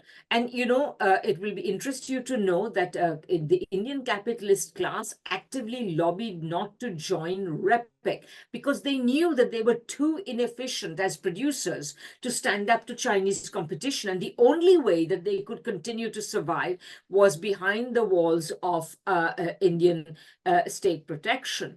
Now, I'm not necessarily criticizing them for it, or at least I'm criticizing them only partially. That is to say that they should have gone from there to, you know, or the Indian state should have gone from there to say, okay, if you want this protection from us, what are you going to do for us? How are you going to become first-class international producers? What are you going to do in return? What are you going to do for your workers, etc.? And the Indian state simply gave them the gift of protection and did not ask for anything in return, no quid pro quo.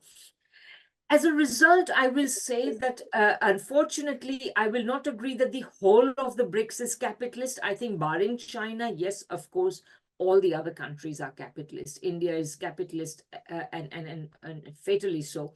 The Indian government today has a one-point policy, a one-point economic policy, which is do what the big corporates want you to do. Even the second-tier corporates are upset at the Indian government, let alone the working people or what have you. Brazil, at least under Bolsonaro, I think under Lula it is a bit better. Russia is being pushed, I think, by war circumstances to a more interventionist and statist policy, and presumably slightly more popular policy than we had for under Putin until now. We'll just have to see how that goes. And South Africa, again, has been, you know, South Africa, neoliberalism was the ransom that South Africa had to give to lift apartheid. And so that's what it's still suffering from. And so I can't say that, you know, and South Africa was a kind of gracious addition to the BRICS. It did not belong to the BRICS originally. But anyway, I'm not, you know, I don't approve of the policies of these governments necessarily. But I don't agree, therefore, that BRICS is capitalist. I think there's one final point I would like to make is that one of the implications of my analysis, and please take a look at Capitalism, Coronavirus, and War, where I lay this out most fully, is that the capacity of capitalism to offer the world anything is today kind of finished. And so countries are going to have to be inventive. Now, this inventiveness may take pragmatic forms. It may not look socialist to you and me, but it will certainly have to deviate from the main line of capitalism if ordinary people are to have what they need.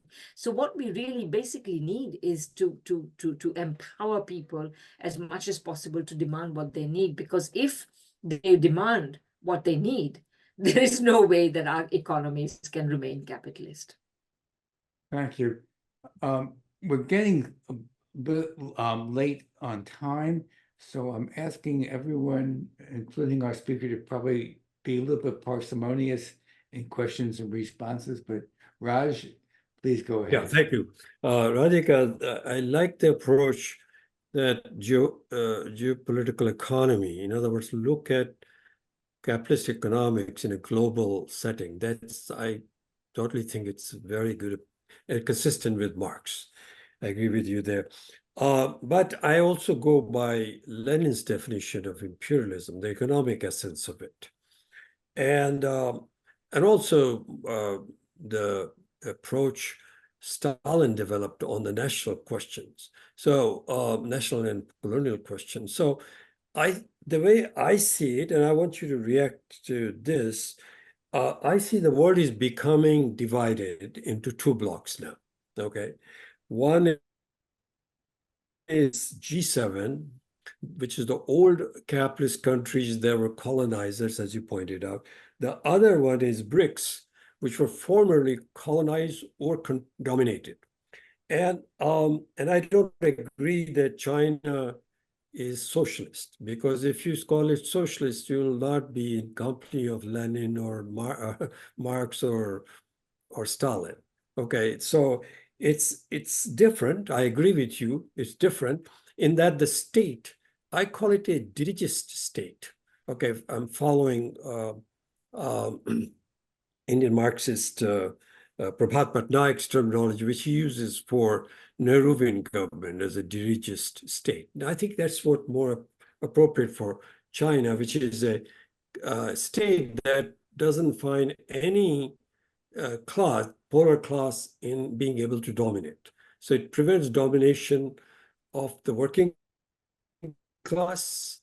Chinese Communist Party has only 7% membership, which can be called proletarians.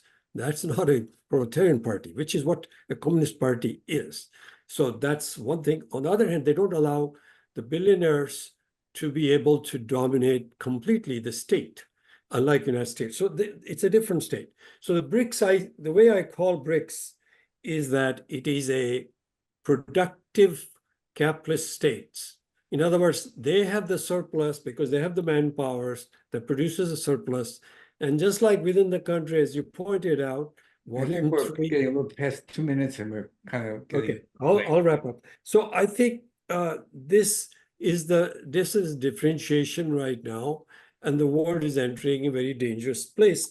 And also fascism really is emerging in G7. Modi is a pretty unseemly leader. I mean, I loathe Modi, but more appropriate is because that will be consistent, because fascism is developing here in order to be able to garner that surplus, which is what fascism was about. Thank you. Thanks, Raj. Please react to it. Yeah. So very briefly, I think that I won't go into, I do stick by, I think China is meaningfully socialist. I mean, if you think that the NEP, the new economic policy of Lenin was not socialist, then fine, and also the fact of the matter is that socialism can take many different forms and many pragmatic forms, and but at the end of the day, what's in a name? I don't mind, so long as it works in the public interest. To me, that's what matters. Secondly, I completely agree with you about fascism. In the Western countries, I think that in many Western countries, increasingly there are movements that are resembling that. And secondly, the fact of the matter is that they are allying with fascist forces in Ukraine in a big way. And hey, I don't even want to go into Israel, but I think that it's not me, but all sorts of people are pointing out the connection between what Israel is doing today and what the German fascist state did earlier. So I don't even want to go there. And the United States is supporting it. And all I will say is that it is just another sign that capitalism is well past its sell-by date. It needs fascism to survive. That's all I can say. But I agree with you, Raj. Those are very good points. So thank you. Thank you, Janet. Yes, thank you, Radhika.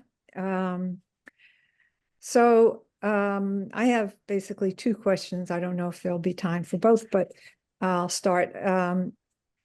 Israel's We're just about 5 minutes. Janet, let me just make it one question, please. Let me just, it's fine. It's okay.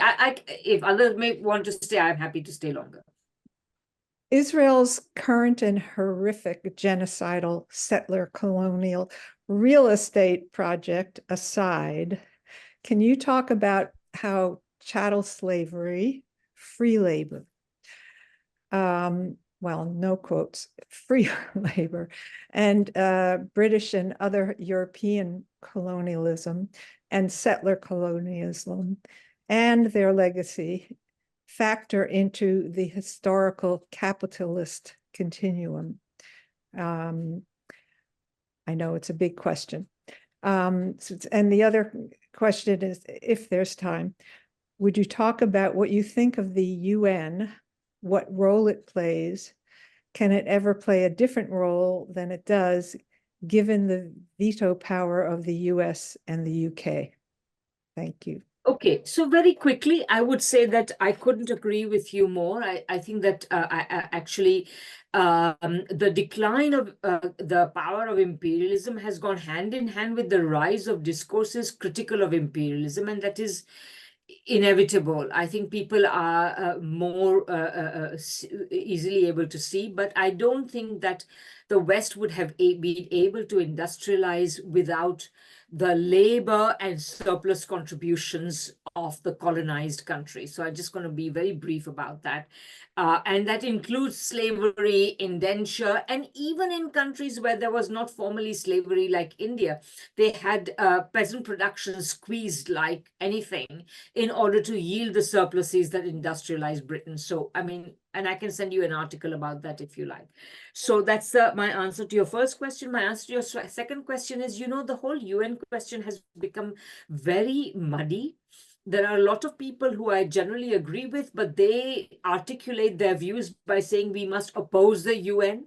I tend to articulate my view by saying that we need to dispel the dominance of the United States, particularly over the UN, and we need to bring the United Nations closer to the original UN Charter based on the recognition of sovereignty of all countries, of non-interference in internal affairs, etc., etc. Because I quite frankly think that NATO, the rules-based international order, and practically every ploy of Western countries has actually been targeted at the UN system, which they find it sticks in their craw. Like they just, you know, they have to stand up every year at the UN, every September at the UN General Assembly, listening to all these people they consider to be tin pot dictators, berating them for their activities. Of course, they're not tin pot dictators, they're representatives of third world countries, but the United States has to listen to them and their criticism, and they don't want that. They would rather that they can make them go away in some way, but of course they can't.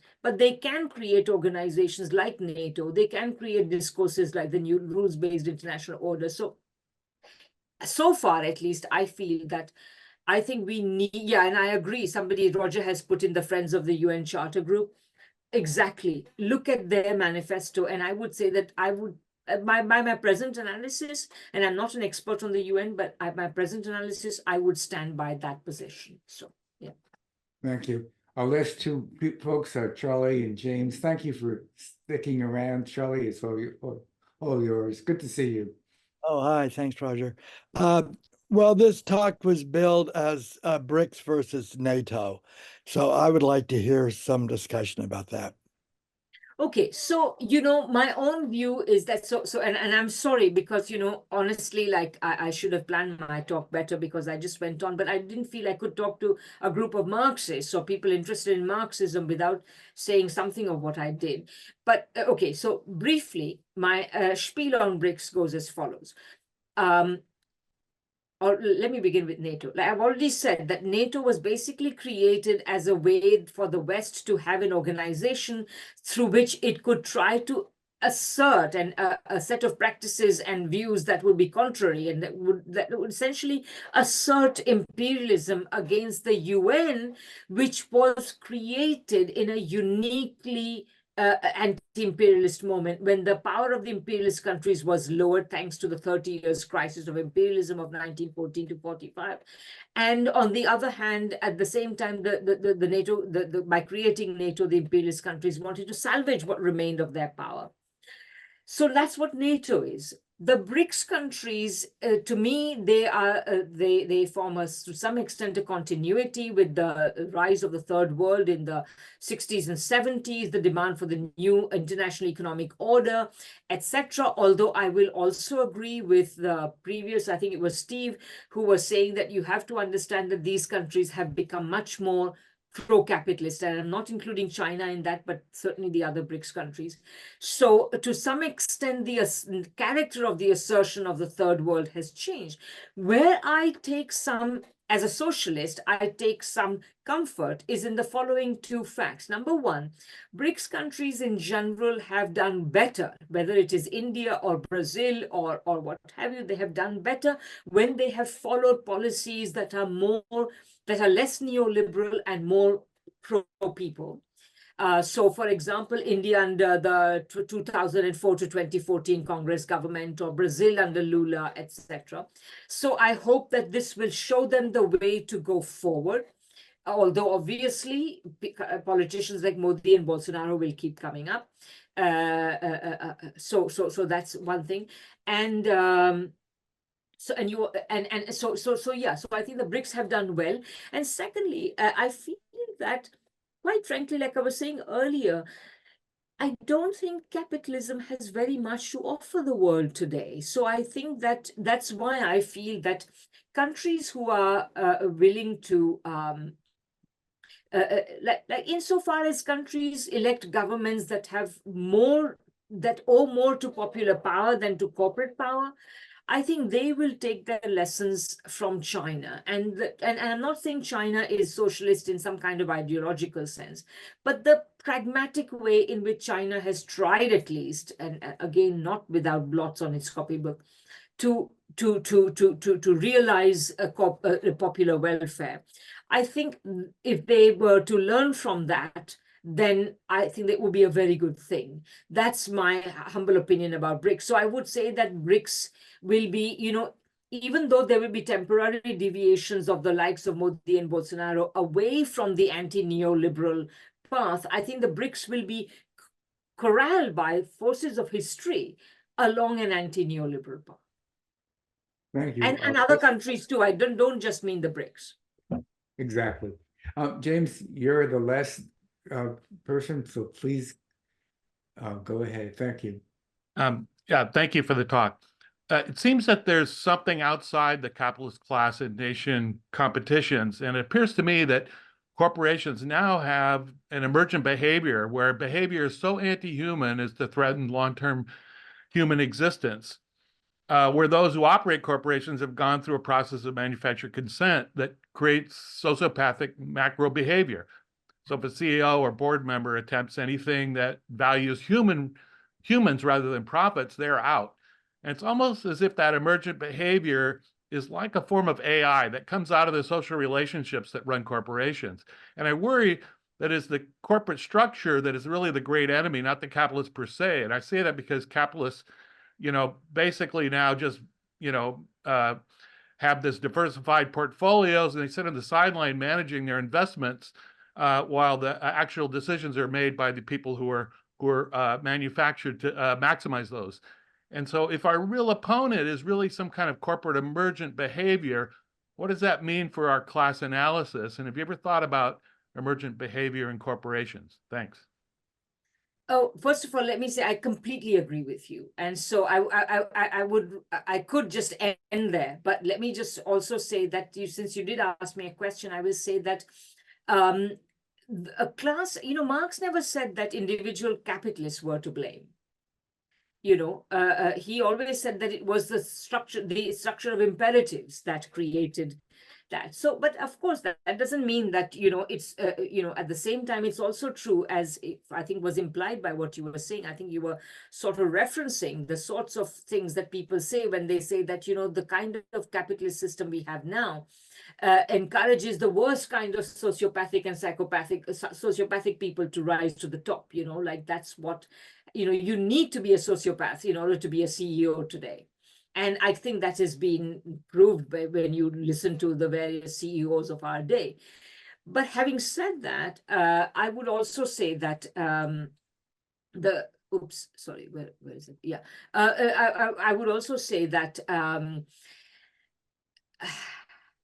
I think that the level of, let me just give you one contrast. When you had the Great Depression and so many businesses went bust, you actually had instances of capitalists committing suicide. Like I think people jumped off high-rise mansions in capitalist buildings in New York and so on.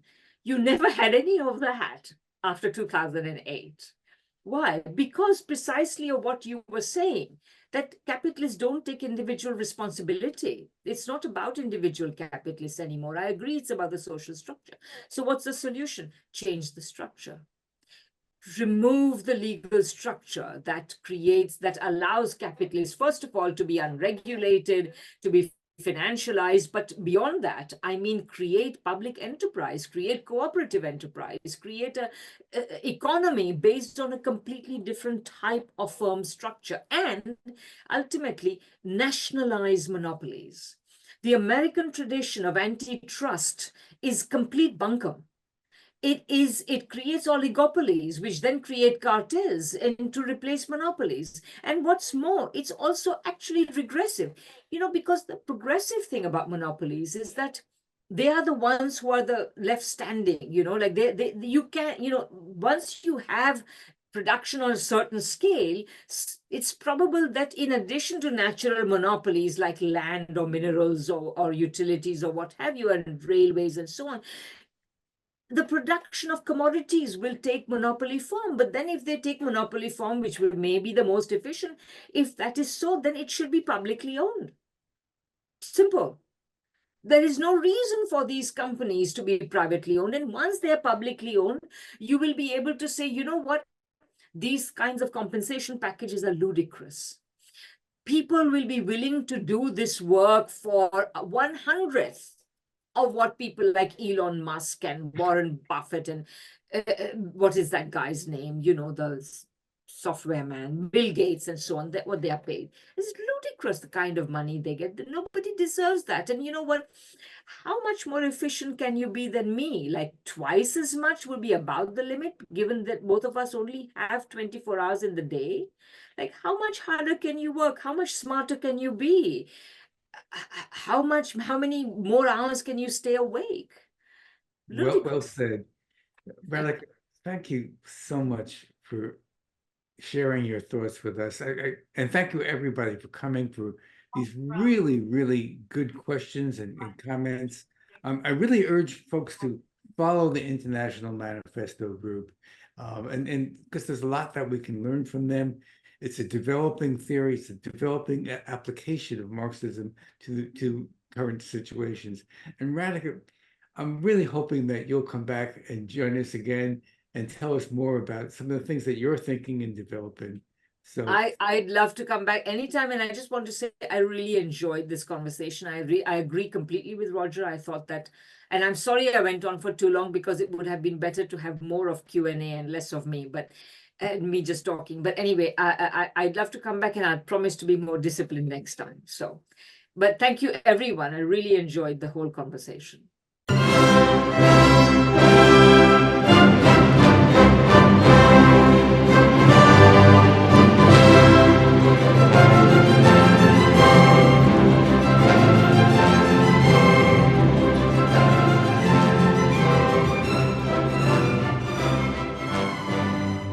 Institute for the Critical Study of Society at the Nebel Proctor Marxist Library receives no corporate funding, nor do we have any paid staff. We rely on the support of working class folks that share our commitment to the socialist legacy of Karl Marx. We continue to need funds to meet necessary expenses. Since we can no longer pass the hat at our in-person forums, please send contributions to our treasurer, either online via PayPal or by check. The PayPal ID is ICSS Sunday, SUNDAY, @yahoo.com, and the name is Richard Fallenbaum. And checks may be made out to Richard Fallenbaum and sent to him at 1225 Nielsen Street, Berkeley, California, 94706. Fallenbaum is spelled Fallenbaum. To donate directly to the Marxist Library, send a check to the Nebel Proctor Marxist Library at 6501 Telegraph Avenue, Oakland, California, 94609. or directly or donate online at www.paypal.me/npml. For information, write to npml at marxistlibr.org, and the website is marxistlibr.org.